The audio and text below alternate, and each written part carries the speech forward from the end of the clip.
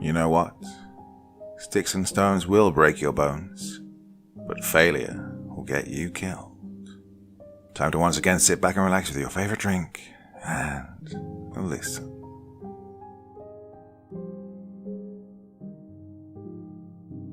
I wasn't a dumbass like so many other punks my age. I had managed to avoid juvie, though not foster parents. I had no say in the latter. I wasn't born into tragedy or a broken home, just normal folks who lived and worked in the big city. They also died in that city in an apartment fire, so the tragedy and broken home hadn't come until I was 11. Real shame. They were nice people, and no, I didn't have a hand in it. I was riding bikes down at the local park with some of my friends. We all hooped and yelled as the fire trucks and ambulances rolled by the playground. Then another group of them passed. It was something big. One of my friends pointed toward the area where my home was, and at the black, billowing column of smoke that rose in the clear, early summer sky. Other buildings obscured a direct view, but the direction he pointed was about right for the apartment complex where I lived. I looked over my shoulder. Can't be. Close, but no way. Bet Mum and Dad have a great view, though. I tried to convince myself.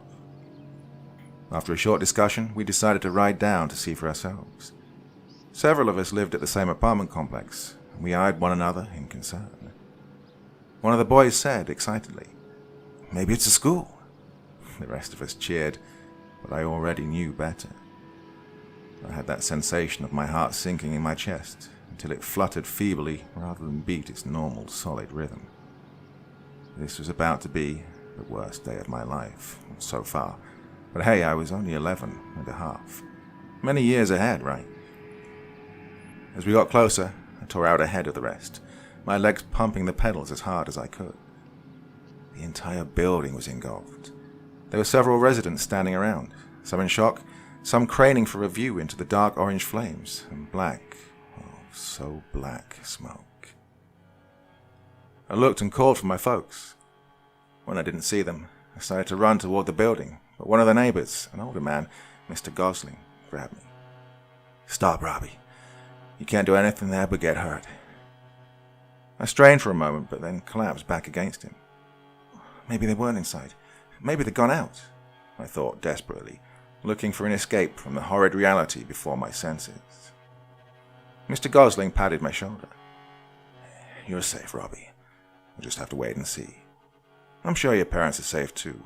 I'll wait with you. Well, the rest of it's just stuff. It's lives that matter." I don't think I ever really thanked him for that. He was a nice old man, retired from the army, always polite to Mum. Well, they weren't safe. No one had been inside that building at 2:36 p.m. that day was. Some kind of gas leak. I never really cared to learn. I only know that it took my folks from me. The rest of that day, and many to follow, were a blur. The survivors, refugees, were put into a shelter. I was a juvenile, but with all the mess and it being late on a Saturday, Child Protective Services let Mr. Gosling take responsibility for me and help me find my next of kin. Well, the only ones I knew of were an aunt and an uncle on my mum's side, her sister. Dad's folks were dead, and he was an only child. Mums lived across the country, and we heard from them only on birthdays and holidays. So, I ended up with Aunt Tabitha and Uncle James, at least for the summer. They decided that they just couldn't take care of a mopey, sometimes angry tween, and just after the funeral, my faraway grandparents had gone silent and remained far away and unreachable. So I entered the loving arms of the government by way of the good folks at CPS. I know. You expect me to relate horror stories of abusive foster parents and give excuses for why I turned out to be such a turd. Yeah, in a sing-song, pathetic falsetto. Oh, I was put through an uncaring system and treated savagely. Yeah, it's not my fault that I now steal and transport drugs. Well, no. My parents were good people and raised me to pity victims rather than to be one. Besides, most of the fosters were okay, despite being involved with the government. I was the one who caused the problems. I did everything I could to keep each of them at a distance from day one. My stays usually lasted around 6 months. The ones that went longer had to do with CPS having to find fosters who were willing to take on a problem child. Most of them just wanted the extra income that the state paid for being, as their advertisements claimed, caring foster parents for children in need. Well, that didn't make them bad people, but I never stayed in a mansion or even a nice suburb. I didn't care. I didn't need anyone. I could take care of myself. Developed a detachment for possessing material goods once all of mine had been instantly destroyed.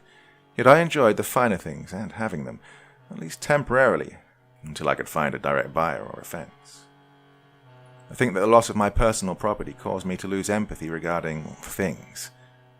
I just didn't value property. Why should anyone else? That made it easier to steal, and it was, after all, just stuff, as Mr. Gosling had said. It was hard at first to turn over items for a profit, but I learned. I also learned not to steal from fosters unless I was ready to kick rocks. I didn't get into dope or booze. I'd lived around enough rough neighborhoods to see what it did to people. However, I had picked up some friends who were dealers and not averse to teaching a juvie how to hold for them and later to transport. By age 17, I still rode bikes and I wasn't scared of much. Losing all the people for whom you truly care can free one from most fear. What's left? My life. What adolescent truly values his life? It's why the military hire teens. No decent sense of self-preservation. So, I put mine at risk regularly.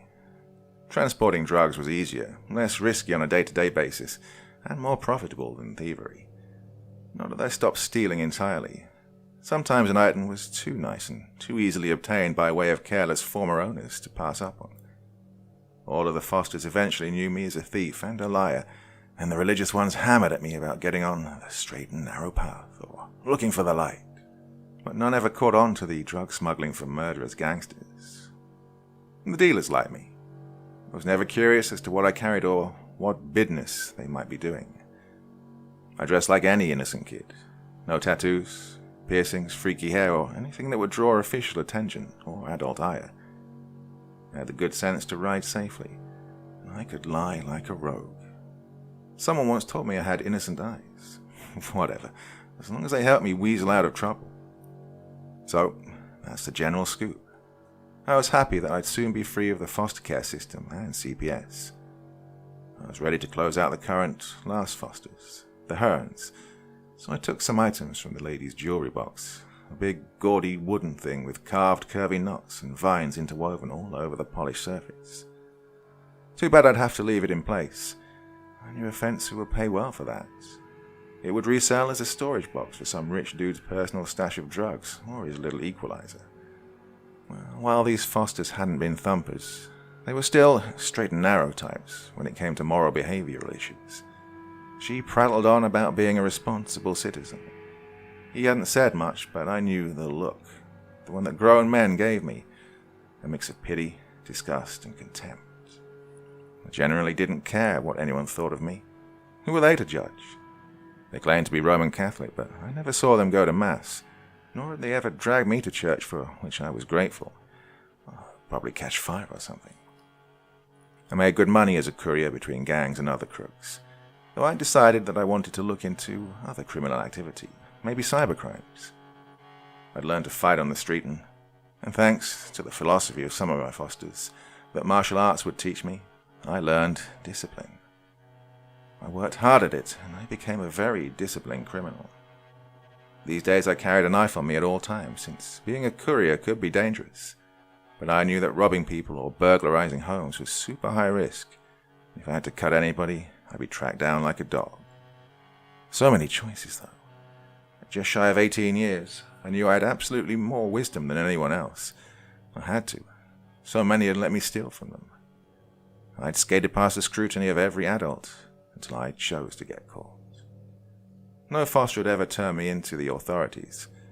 I convinced them how sorry I was and how I'd make it up to them. I was looking at a great life ahead, right? Well, they say that pride goeth before a fall. I wish it did. I'd have had something better to land on than the pavement. The thing is, I didn't fall. I was knocked off my bike and sprawled onto the pavement. I fell well. I've done it many times. Nothing worse than some road rash on my left forearm and a bruised left knee. What worried me was the ringing I heard in my ears, and the pain coming from the right side of my head. I was pretty sure that the wet substance now sliding around the side of my face was blood.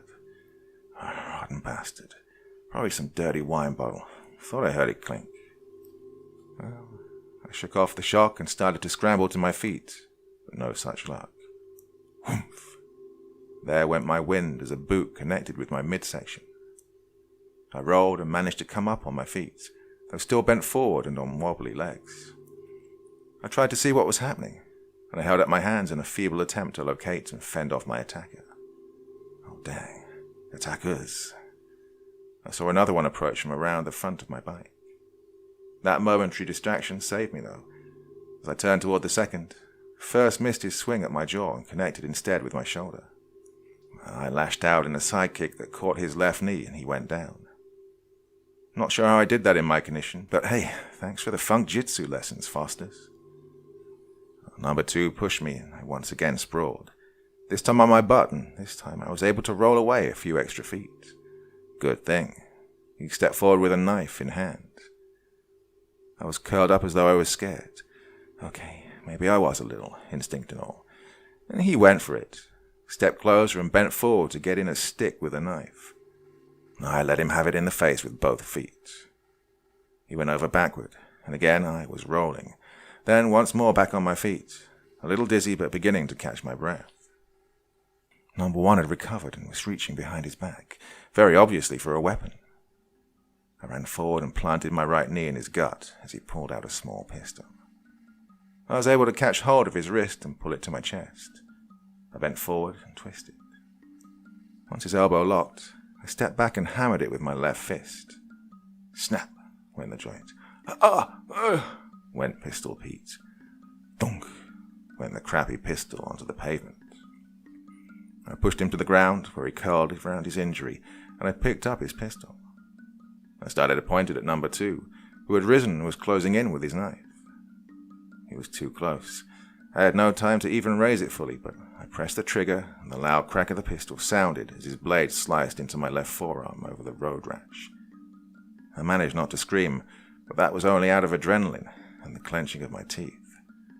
Made for a nice grunting growl, though. Sounded tough enough to me. I stepped back and to the side as he advanced forward, but suddenly he collapsed. A bloodstain was growing way too rapidly at the top of his right leg. I'd hit his femoral artery and broken his pelvis. All I knew was that this situation was foobarred. Yeah, I got that from some movie or trashy novel. Maybe Mr. Gosling. Well, I looked more closely at my 2 new friends. Mr. Broken Arm, formerly Pistol Pete, had recovered enough to start screaming, "Oh shit, oh fuck," repeatedly, and in that order.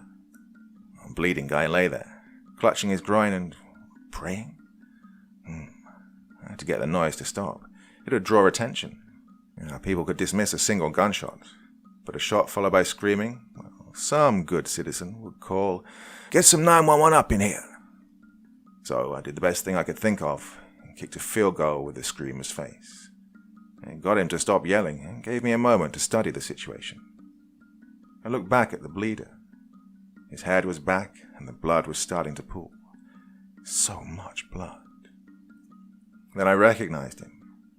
He was a member of one of the local gangs who called himself Aranya, Spider. He had a tattoo of a black widow spider on his neck. I guess he didn't know it was a female spider. That would mean that the other one was Feo, ugly, since they constantly worked and hung out together. Feo was pretty ugly to start. Facial tats and piercings didn't help, nor had the kick I delivered improved his features. I casually pointed the pistol at his unsavory countenance and asked simply, "Why?" He leaned forward, clutching at his arm, spat out a tooth, and lisped, "Oh, you dead motherfucker. We were just gonna give you a beatdown. Oh, you fucked up though. Now you gonna be dead." I just continued to gaze, and I flicked the muzzle of the pistol upward to encourage him to answer my question. "Jagger says your last load was light. You get beat down because it's your first problem all. And Sonny and he crew are gonna be dead. Now you dead too." Surprisingly, that's all the explanation I needed. Jaguar was the leader of Theo's branch of whatever trashy gang, and Sony was the leader of another trashy gang that supplied drugs and other criminal necessities to other gangs. I'd delivered for Sony for a few days past, and he or one of his thugs had hosed me when they hosed Jaguar. For that matter, Jaguar's turds may have hosed me. Oh, this was going to be bad for business. I didn't care if the gangs warred and killed one another, but that meant no regular business for a courier until it was straightened out and the relative peace was restored. Money was the primary motivation for criminal gangs, but they had to have street cred. A non-fatal hit on Sony or dusting a few low-level associates would be enough to satisfy what passed for honor and allow for a parley, as long as no one who mattered was dead. That's when I heard Arania's death rattle. Well, I'd heard one before, when a foster's elderly relative died while we visited her in hospital. Foo, bah. I didn't even look, just picked up my bike and flew. "Yeah, run, mother.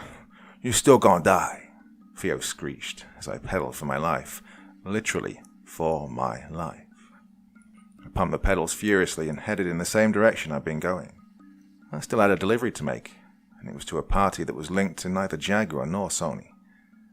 I know it's crazy, but when things go sideways, some odd notions pop up into the old melon. As I rode as hard as I could, I thought about what to do. Get rid of the gun? Might be handy to have it for protection, but I didn't like risking gun charges. Oh, after the delivery, where should I go? Should I warn Sony and crew? I didn't like to get that involved, and I certainly didn't want to take sides. I'd lose all my business. What would I do about Arania? Chances were that Jaguar's group would dispose of him unless they thought a gang funeral was in their best interests. Didn't have to worry too much that anyone would tell the police. They'd rather take care of it on their own. I should have offed Theo and figured out a way to dump both bodies. I'd have had that junky old ride with the stereo system and super bright headlights that were worth more than the car itself to haul away their carcasses. Foo, bar. I'd likely have to blow town, but I needed to be clear of the Fosters and 18, so CPS didn't label me a runaway. Still a few weeks to go. Right, I'll keep the gun for now, but I needed to check the load and condition. Likely Theo wouldn't have taken care of the thing. Right, just a glitch or two. All I had to do was stay alive and avoid Jaguar's bunch for a while. Probably Sony's too, in case they wanted a scapegoat. Note to self. If I ever become a gang leader, pick a better hander than Jaguar or Sony. Maybe I could keep my current one.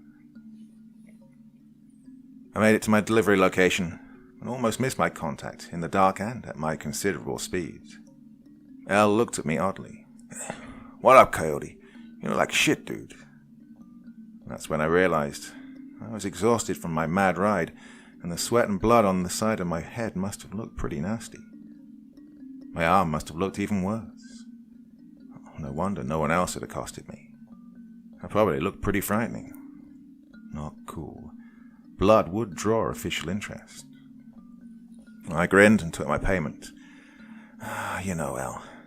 I cut it too close in front of a car and had to ditch. My bad, but I hurried over. I want to keep my customers happy. Yeah, I knew that was a lame answer, but my mind was racing again. I was trying to settle down and concentrate, but now that he mentioned it, my head did hurt. So did my arm. Well, he let it pass as your business. I thanked him for the payment and rode off in a new direction. I needed to change up my route. By now, Jaguar's crew would be on the hunt. No pun intended. He was named for the car, not the cat. Well, same as Sony was named for the stereos. Dumbass gang names. Well, I was named for a cartoon character, which was cool. First, I rode to a nearby park. It was closed at night, but there were some public restrooms behind a feeble fence. I could fade this one. Any cop or security guard that spotted me, I could claim a serious call of nature and face it. Nobody likes to talk about taking a dump. I slithered through a hole in the fence that most good citizens would not even have noticed. Fortunately, the lock on the structure was already busted. Yeah, some hood rat may already have had the same bright idea, so I proceeded with caution. I was alone and took a little break to get cleaned up, and do a preemptive strike on the actual call of nature. I took a look in the mirror after I'd cleaned my wounds. I needed a change of shirt. Too much blood. I took off my outer long sleeve, tore off the clean right sleeve, and ditched the bloody mess in the trash, clean side showing. No one would look closely in this neighborhood, especially not a cleaning crew getting city pay. I was wearing a black wife beater underneath. Not great, but it'd have to do until I could snag something better. I used the relatively clean sleeve to bandage my left forearm. Definitely not good, but until I could get something better... Oh, crap. The reflection in the mirror showed a large, dark figure looming behind me. I stepped aside and turned to face him. Whatever. Nothing. I looked around. Still nothing. Just a quick goose-flesh-inducing chill and a slight shiver. No one in the stalls, and no one could have gotten out of the main door that quickly. Clearly my mind was playing tricks on me. I fled the facilities and resumed my ride. I knew of a thrift store nearby where there were donation bins on the side of the building. Maybe I could get a shirt or jacket or something. Well, I didn't dare go into the local Wally World store. How many crooks get caught on camera? The dumbass ones. Nobody bothered to monitor thrift stores. I just had to hope that the local homeless population hadn't beaten me to the best pickings. Wow. I realized I was competing with homeless people for resources. I'd maybe have to reevaluate my life's calling. Definitely getting out of the drug courier business, at least in this town. Bingo. Found a faded but serviceable long-sleeved work shirt in the bin. Things were looking up again. As I donned my new apparel, I thought I saw something move inside the shadows cast by the bin from the parking lot lights that were, amazingly, working. Maybe a dog or cat, but it seemed bigger. There had definitely been scratching noises from claws on asphalt. I felt a cold shiver. I was giving myself the creeps for no reason. Well, sure, I killed someone and had a pack of gangsters after my blood. Gangsters known for their torture skills. Still, no reason to get freaked out. There were no large shadow figures on my trail, just my rattled, wine-bottle-bashed brain playing tricks. I stopped at a nearby convenience store to get a drink and an energy bar. I thought, well, I might also like to get some peroxide or rubbing alcohol to clean out the gash on my arm. Maybe even some gauze or something clean. Well, the place had one of those bulletproofish glass cages around the counter. Some dude was sitting behind the glass jabbering into an ancient sofa. He gave me a glance and went back to his conversation. Just as well. No real scrutiny. I found what I needed and plopped everything on the counter. I had to hold up each item so he could scan them through the glass. He never really looked at me, just continued talking into the decrepit phone. The place smelled like someone had poured straight Fabuloso on the floor over fresh urine and didn't bother mopping. The stench burned my nostrils and made me a little nauseous. I started to leave through the single battered but working glass door.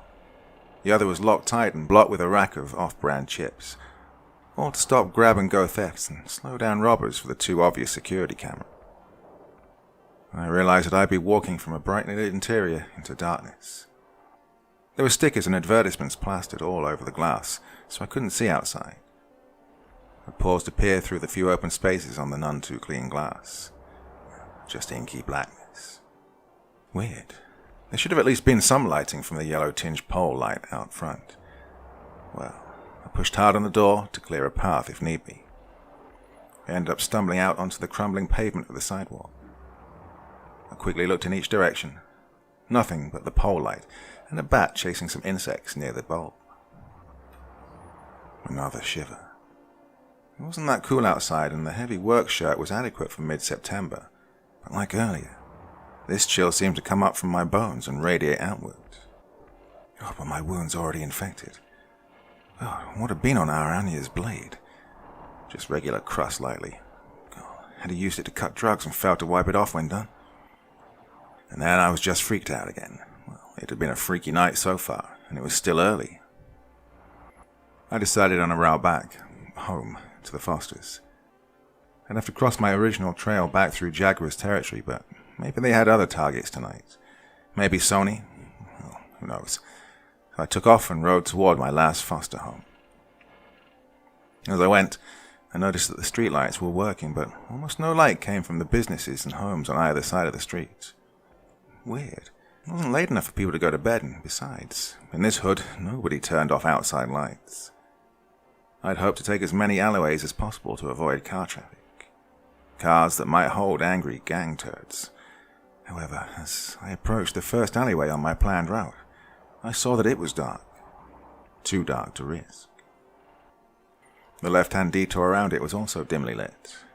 The right-hand street was clear. No-brainer. I turned right. I just have to adjust the plan a little. Yet as I rode along, all of the streets and alleyways that would have led me back to the left and back on track were either dark or obstructed in some way. Junk cars. Groups of random hood rats standing around burning trash cans. A couple of dumpsters. Damn, this was getting old. Up ahead, there was a larger avenue. It was well lit, and I saw a few vehicles go by in either directions. No choice. I'd have to risk the bigger, busier roadway. Well, the last alleyway I passed was full of what an old pulp novel I'd read referred to as Stygian gloom. Pure darkness, like in a cavern. Hey, were those eyes? Orange glowing eyes. Damn, I almost crashed into a parked garbage truck. Another chill. And this one wouldn't shake, so I picked up the pace to warm myself with exercise and put some distance between the alleyway and my body. As I made it to the wider, more brightly lit street, MLK, I was finally able to turn left. I realized that there was a plastic convenience store bag dangling from my right wrist. It was banging against the bike and throwing off my balance just a little. I pulled into a covered bus stop with shadows on one end, but mostly illuminated by a nearby streetlight. I took a much-needed seat and took care of my bod. Not that I even tasted the empty calories I wolfed down. The bus stop and, indeed, the surrounding block was empty and silent. Cars went by at various speeds, but no one seemed to pay me any particular attention. Just people going about their evening. I'd found a small bottle of isopropyl alcohol at the store. I doused the wounds and the cheap gauze bandage I procured, then wrapped and taped my arm. Damn, it stung like crazy, but it smelled good and made my arm feel warm. I used a little more to douse the cut on the side of my head. Just a pressure cut, but it was over a major goose egg lump that was painful to touch. I used a citrus-tasting energy drink to wash down a couple of painkillers, then gobbled up a candy bar to chase down the chips I'd already finished. Well, the crappy store hadn't had any energy bars. God, what a dump. Junk food aside, I was feeling pretty satisfied that I'd handled my crisis and prepared to get back on the bike, when I noticed that not only were there no people around, there was nothing living. No strays, no rats, no bats, not even any bugs, except for the sounds of autos and the occasional dum dum dum dum from the bass on their stereos. Nothing. Then the chill came rising up from my bones once more, and the shadows began to deepen and seemed to expand towards me. I heard a vague and distant rumbling sound, almost like thunder in my ears. The only way that remained lit was the direction I'd intended to travel, so I hopped on the bike and began to pedal. Not insanely fast, but I quickly geared up to a good speed. MLK was a large thoroughfare that led to places where people worked for a living, so it was better maintained than most of the streets in the area. I cruised along until I was back near to where I'd run into Ariana and Theo. And then I saw it.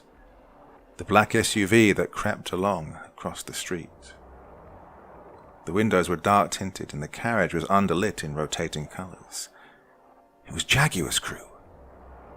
I looked desperately for a place to ditch and hide. The ditch. I rolled my bike into the ditch along the side of the road, laid it flat and stretched out prone beside it. Well, the grass was damp and muddy, but it beat being spotted by those animals. It certainly beat having old tires thrown over my still-breathing body and set on fire. I couldn't risk getting up to look around, so I just laid there, panting, whispering over and over, "Keep going, keep going, keep going." Naturally, they turned onto MLK and headed in my direction. Oh, foobar. I ducked my head into the wet grass and stiffened. They drove by slowly, but no more so than they'd be traveling on the cross street. Oh, they kept going. It was hard, but I waited. This block was the only nearby stretch that was ditch rather than sidewalk. I needed them to get far enough away that they wouldn't look back. Hopefully they'd turn and I'd be out of their line of sight. But no, they kept going. Eventually I felt like I could safely get up and get going. Not too far to go now. I hopped on and started pedaling. I knew I had to change roads in case the searchers turned back. Besides, I had to go a few more blocks to the west, my left, to get back to my foster's neighborhood. I started looking for a well-lit left turn off of MLK, but all the ways were either blacked out dark or blocked in some way. Then I caught a flash of light out of the corner of my eye. I looked over my shoulder. Foo bar indeed. It was Feo's beater with the super bright headlights. I heard the engine roar as whoever was driving floored the gas pedal. Couldn't be Feo. That idiot had a broken arm. Well, I had no choice. I had to get off the road. I turned into an alley that had been shrouded in darkness. Now a door opened on one side and enough light streamed out that I was able to ride full speed ahead. Feo's ride wouldn't be able to fit, but I didn't want to catch a bullet in the back. I rode until I found a cross street that was lit. God, what's going on with the lights in this town? I tore up the street and followed the path of light down several more twists and turns. All the while I tried to stay on narrow streets and alleys. I could hear tires screeching several times as Feo, his new driver, the old one was dead, and I walked through that part of the city on our little game of cat and mouse. Unfortunately, I was the mouse. I dodged him again by fleeing into a narrow, dark alley. This time there was no light, and I was sure I'd find a place to hide, or run in a direction where they couldn't see.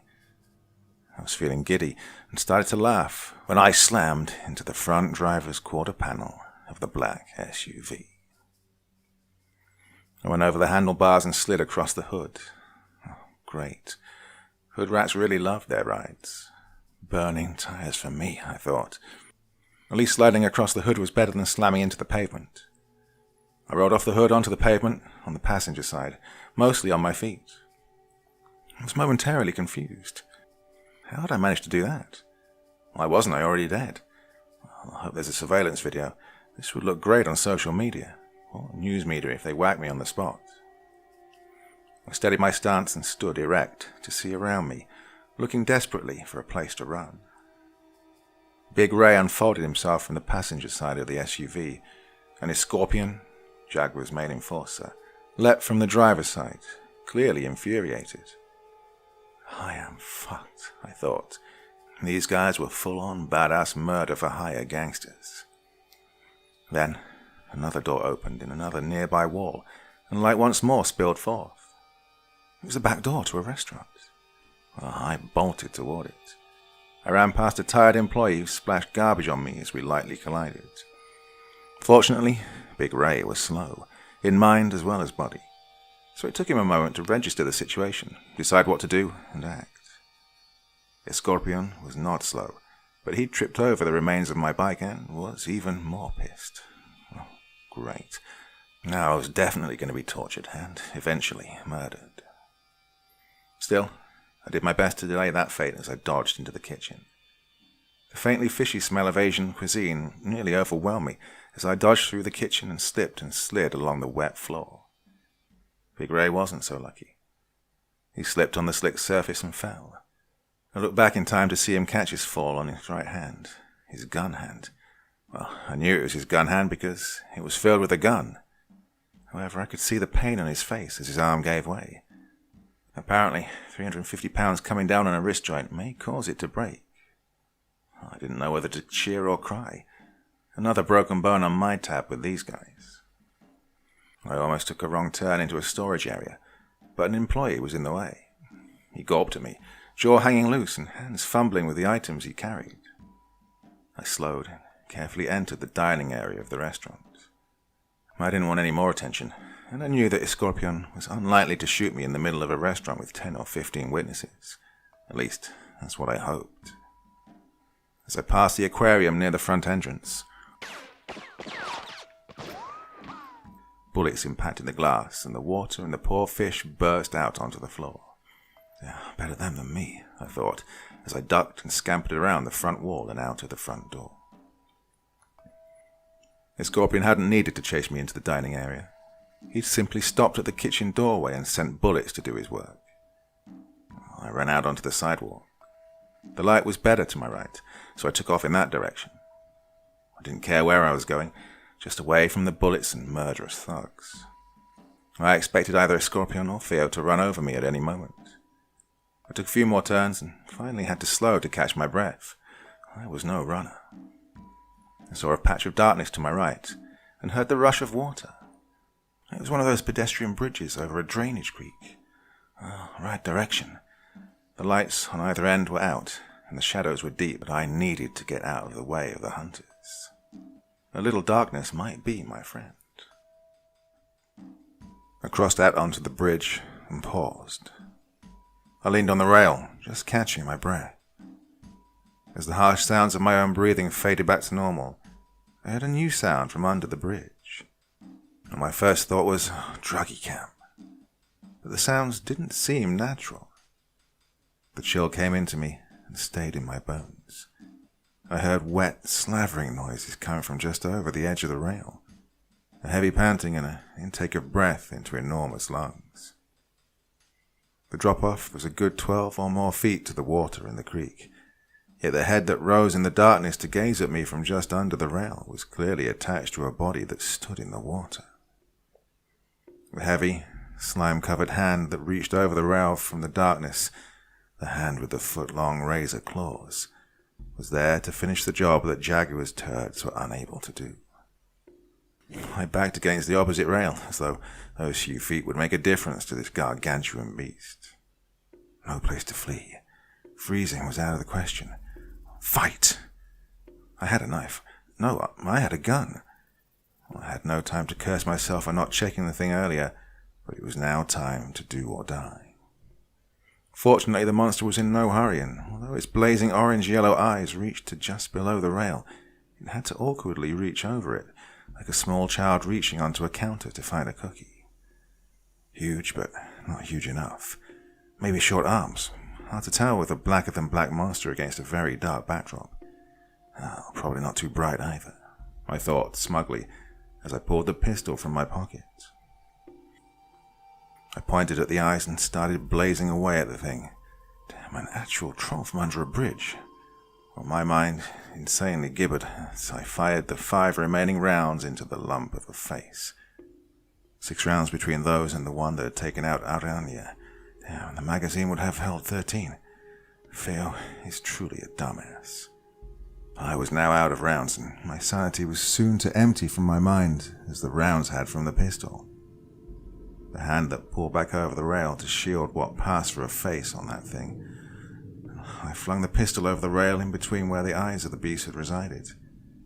I heard the wet slap as it struck, followed by a splash as the water absorbed and obscured that little piece of evidence. The sounds were probably my imagination, as I was already at the far end of the bridge and beating feet towards the next working streetlight, my ears ringing from the gunshots. I again slowed to a walk after a few more turns. The chill had finally faded. I was getting pretty worn. However, I'd figured out what to do. Stay on the path of light. Follow the brightest lights on the pathway home. When I did this, all was well. When I was tempted to look into the shadows, dark figures with fiery eyes stared hatred and menace towards me, and I caught the faint clatter of hooves and hard feet rapidly approaching. I might even have heard hounds baying. Well, I followed the lights, and I was at the edge of my neighborhood. Just a few blocks from home. Yeah, sure, the Fosters, the Hearns. They'd given me a home, and I had just started to appreciate that for the first time in many years. Then the bright headlights blinded me, and the roar of a pair of engines sounded as Theo and his Scorpion closed in from a side street. I was in a brightly lit 4-way intersection. Oh, great. So close, but it would end here. No way to avoid the showdown. No torture, though, I decided as I pulled out my own knife. A long kitchen affair that I had kept hidden in a leg sheath inside my pants leg. The Scorpion piled out quickly. Big Ray rather slowly as he gingerly cradled his right wrist in a makeshift sling. Odd to see such a big man display vulnerability. Theo had picked up a new partner. So much for his brother, Harania. I couldn't recall this guy's name. He looked like a rat that had decided to walk upright, grown to 5'6", and joined a street gang, like Splinter from the Mutant Turtle show. Theo smiled hideously through the new gap in his teeth. I told you, you were gonna die. The scorpion gritted through his still intact teeth that were grotesquely covered with a gold grill. You fucked up my ride. I might have killed you quick, but now you gotta pay. Big Ray just looked pained and serious, but he gripped his pistol in his left hand. Splinter didn't have any particular axe to grind. He was just along for the hate ride, but he pointed a Tech-9 vaguely in my direction. They lined up in the street like some freak show version of the Earps in an old Western movie. His scorpion gritted out in his best movie gunslinger voice. You put down that knife, boy, and come with us. You can ride with me in the car, you fucked up. Big Ray may even let you sit on his lap. Theo gave what passed for a laugh with him. Splinter swallowed and gaped, and Big Ray looked confused and a little nervous. Then I saw that closing in faster than they were was the darkness. That Stygian gloom again. The rumble and thunder of hooves and hard feet and the distant baying of hounds on the chase. Shadowed figures took form and writhed and raised arms and hands and claws in a nightmare throng that crowded in behind the crew of killers. It took a moment for Einstein, Scorpion, to notice the changes. After a moment, just as he connected a synapse and started to speak, his comrades finally registered the encroaching darkness and the figures within it. Again, like a movie, they all turned round in unison and peered into the frantically dancing dark that was upon them. A dark made of hunters from the realm of nightmares, blazing eyes, razor claws, and rows of gnashing teeth, heads crowned with antlers and horns, hard feet and hooves, so many of each, came into focus, and sounds began to emerge from the maelstrom of inky figures. Grisly, snapping and clashing, baying, snarling, howling, and a chittering laughter of pure devilish delight shattered the silence over Jaguar's unheroic crew of hunter-killers. They screamed in unison, and 3 of them fired the weapons they clutched. Theo had Arania's knife clutched in his own good hand.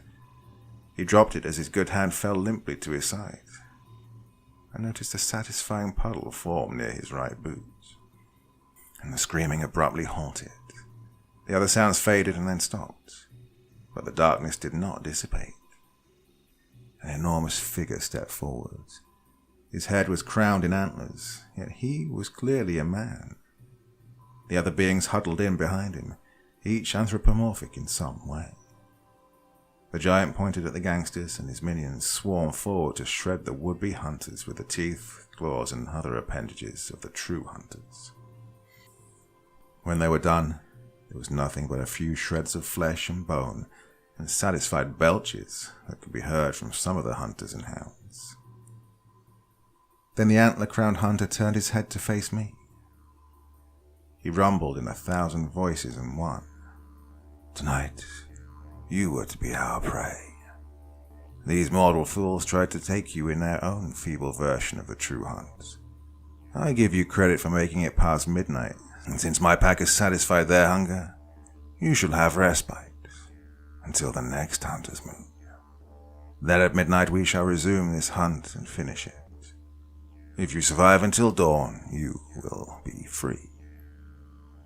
Oh, I had no idea how to reply. I didn't even know if he wanted a reply. Then I realized what I was seeing and hearing. Maybe all the pressure tonight had caused me to snap. Well, it could be like I thought earlier, some type of drug on the knife or something someone slipped to me. This had to be an illusion. And with that, the cacophony of hooves and hard feet and skittering claws began once more, and the darkness receded, to be replaced by a normal nightscape with all the light pollution a city boy could want. I stood there, astonished and, I'm sure, gaping like a fool. After a while, I started to walk toward home, but stopped by another spot first. My stash. I took out the jewellery that belonged to the Fosters, Mr. and Mrs. Hearn. I stuffed it in my pockets and took it home and sneaked in through the front door. Mrs. Hearn had left a dinner plate for me in the icebox. The next day, I surreptitiously returned the pieces to Mrs. Hearn's jewellery box. Over the next couple of weeks, I pretty much kept quiet and did some chores around the place. I avoided the streets and going into the nearby hood at all costs. I ran a few errands for the Hearns, mostly during the daytime. The gangs had likely returned to business as usual. The Gent and Jaguar's crew made him more interested in a peaceful solution. As a mere courier, I had been forgotten in the mix. I made no attempts to remind any of them that I existed. Apparently, someone had stolen or just taken back the SUV and beater at the front of the neighborhood. Then, one evening in early October, Mrs. Hearn needed something from the store. It was only a few blocks, so I volunteered to go get it. "No, ma'am, I have some money. I'll get it for you." She smiled tightly and nodded, perhaps a hopeful look on her face, hope that I had turned a corner. I'd come to realize that these people actually cared about me, for no reason other than I existed and was a guest in their home. I had to stomp down my initial cynical thought of suckers. Well, it was dark out, but I didn't worry. The streets were well lit, at least on the path I needed to follow. I rode my new bike, a high-quality one I'd bought to ride come the next full moon. When I got back, the little house was dark and silent, and I feared the worst. Damn, the monsters, shadow fiends, or mortal ones, had decided to take me after all, and had maybe taken or harmed the Hearns first. I crept up the front steps, and as quietly as possible I opened the front door. It was unlocked, which was unusual. "Oh, crap, they've already taken them," I thought fearfully as I stepped in and quickly stepped to one side of the door, crouched and prepared. A small group shouted, "Happy birthday!" as the lights came on. Well, I nearly fainted. It was a surprise 18th birthday party. The Hearns and a few of their relatives and friends greeted me. Mr. Hearn took pity at the look on my face, swept me over to the punch bowl and handed me a cup. I hadn't had a birthday party, one that I was ready to appreciate, since my folks had died. I wasn't quite sure how to act, but I managed to get through the ordeal. I think I may even have had just a little, just fun. So, now, here I am sitting in Centennial Park, one foot resting on my dark painted bike. The night's clear, and the air is crisp, if not clean. The clock on my phone display indicates 11:59. I had a small backpack with me, just some things I'd need to keep up the pace for the hopefully long night ahead. I'd seriously considered just going down to the army recruiter like Mr. Gosling had so many years previously. Maybe the hunt wouldn't follow me that far. Yet, I had to see first. I had to know for sure that the hunters were just in my mind. Something else had surely happened that night a month ago. Maybe I'd outrun the turds and simply imagined the final confrontation. Maybe they caught me and I was in a coma dream. Maybe I just freaked out and lost my mind. Then, I heard something in the distance. A rumble, and the thunder of hooves and hard feet, and the baying of hounds coming towards me through the scant trees of the city park. Time to ride.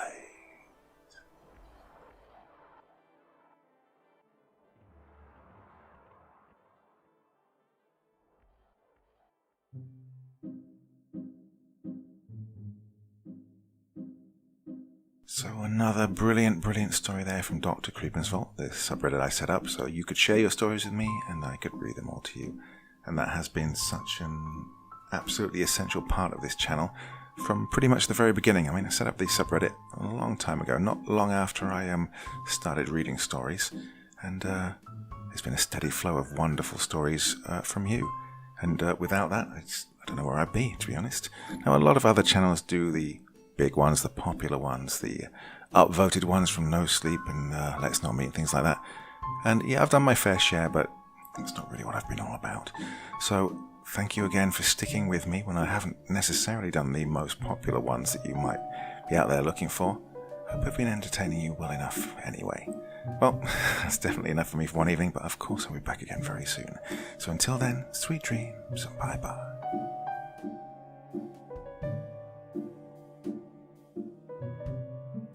Thank you so much for choosing to spend your time listening to me.